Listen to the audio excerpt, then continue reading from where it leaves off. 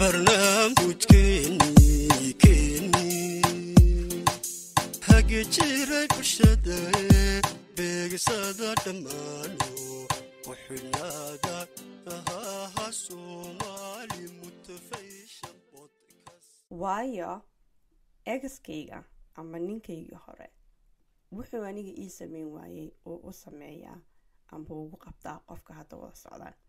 sidoo kale su'aasha waxay noqon kartaa waayo gabadhu wixii aniga ii sameyn weydaan bay iga maqlo weyday ay qofka kale aniga iga dambeeyay ay ugu sameysaa kusoo dhawaada Somali Motivation Podcast iyo mawduuceena maanta waxa codkayga ka dareemsan inaan aan yara xabeebsanahay hargabay xarajinay insha Allah inaa caafimaad qabtaan si fiican aad ii maqlaysaan arinta ma taqaanaa qofka inta qof ay wada noolaayeen oo nolol dhexmartay amba family dhexmaray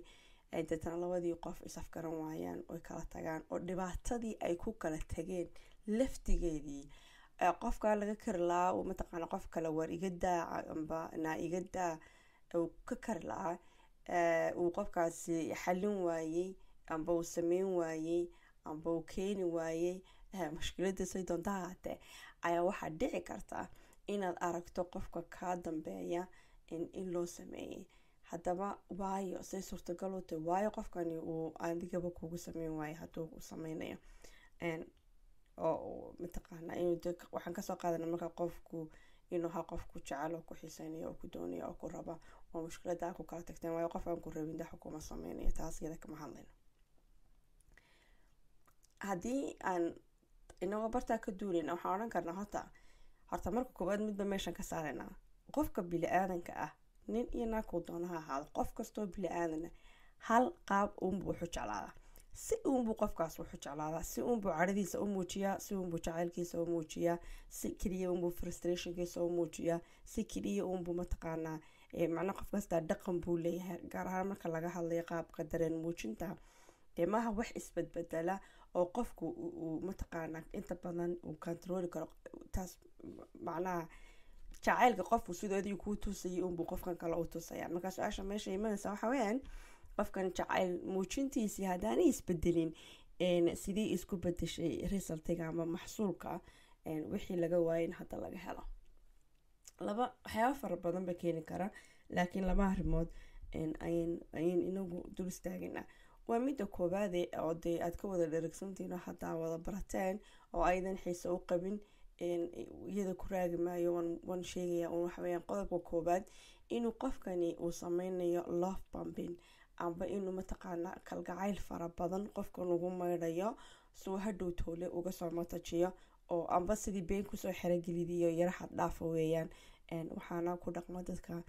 narcissistka ama narcissismka disorderkaas qaba ya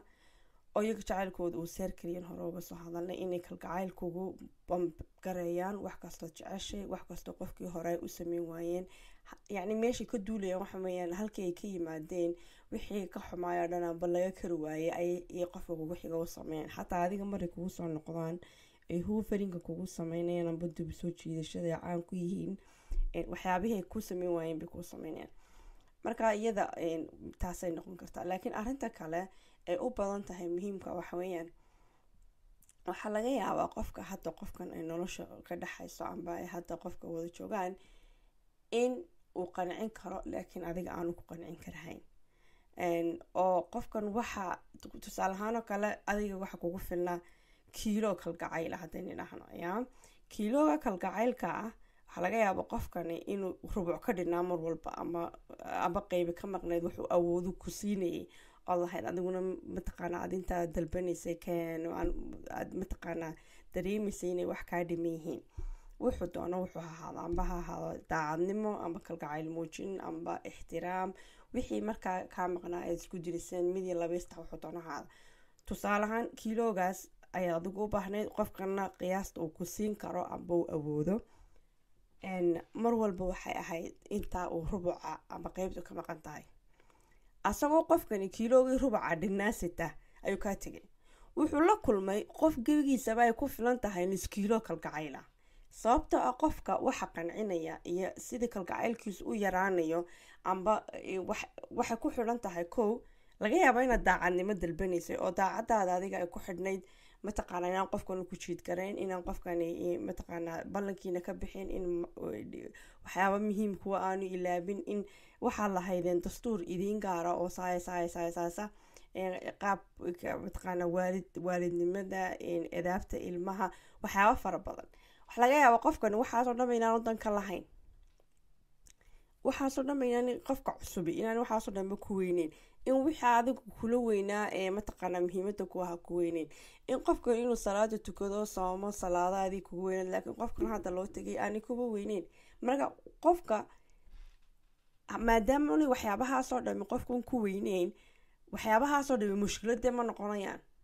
labadii qof dhexdoodii mushkilad kama dhex noqonayaan. qofkan kiilogii rubaca dhinaayu kala yimi hayaade waaba mataqaana waabay ka badbadan tahay qofkan uu u tegay, way ka badbadan tahay qofkan wuxuu mooday inuu badkal gacayla uu ku dabaalanayo. marka haddii aynu si kooban idhaahno waxa weeyaan qofka bili-aadanka ah qof kastaa qofka kaloo ka duwanya, qof waa ka alla cabsi badanayay, qofka kale mataqaana hab fikirka, hab dhaqanka, hab go-aan qaadashada, ixtiraamka nafta, jacaylka naftaada, sida adigu aad naftaada u aragto, sida faamilkaaga u aragto. waxaa laga yaabaa inaad adigu ka baqansa dadku inay ku arkaan waxyaaba fara badan baa go-aan qaadashadeena iyo waxa ayna qancinaya saameeya. dadka qaarna waxaa laga yaabaa inaanay sidai waalidku u arkaan iyo sida dadku u arkaan iyo sida cid kale u aragto toona aanay danka lahayn. marka culayskii qofkan kale uu saari laha intaasoo dhan haabaa ka tegaya. waxaa laga yaabaa inuu mataqaana uu yahay qof iska luus ah oo aan waxyaaba fara badan naftiisa culaysba ku saarin oo qiimeyn oo caafimaadkiisa ilaalin oo hadduu doono isaguba beenaalo ah oo hadduu doono isaguba dadka jiid karayo deetana aanu mataqaana dhanka daacadnimadaba aanu ka fikirahayn, amba qofkan uu mataqaanaa uu arko wuxuu u qalmayay wax ka badan inuu helay, adiguna aad u arkaysa waxaad u qalmayso wax ka yar inaad heshay. marka taa micnaheedu maaha inaad adigu iimaan la-aydo waxay wixii la hayay ay kuga filnaan waayeen, amba qofkan kalgacaylku ku siinayay aad mataqaana ay kugu yaraatay because of inaad adiga iimaan la-aan amba ka boodsanaani ay ku haysay. markaas kusoo duuba waxaan odhanaynaa anigu waxaan u arkaa runtii su-aal dee aada u fudud yaa qofba waxbaa qanciya, qof reer walba sharci bay leeyihiin, guri kasta haddaad tagto wax la sameeyo waxaan la sameyn baa jira, wax la cuniyo waxaan la cunin baa jira, waqti la yimaadiy waqti aan la iman baa jira, wax laysku idhaahday waxaan laysku odhan baa jira, ilmaha qaab loo edbiyaa jira, ilmuhu hadduu khalad sameeyo wax kelmad lagu idhaahdaa jirta oo gurigan laga odhano kakaa laga idhaahdo. haddana waxba ina wada mideeyo waxaweyaan akhlaaqda wanaagsan, dhaqanka iyo diinta ilaahay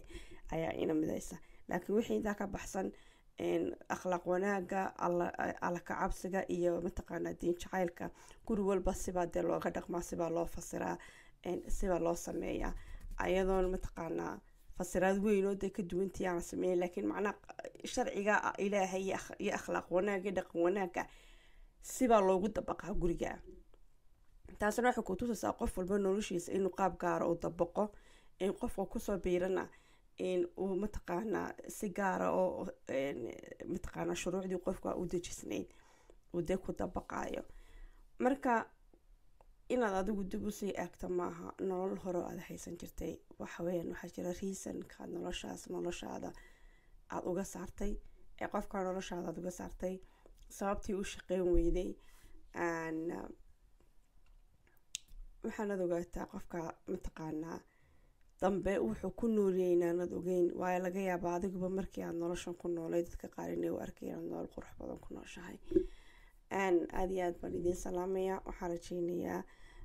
gabadhii soo weydiisay su-aasha gaar ahaan inaan jawaabta ku qanacda aan siiyo insha allah. asalaamu calaykum waraxmatullahi wabarakaatu.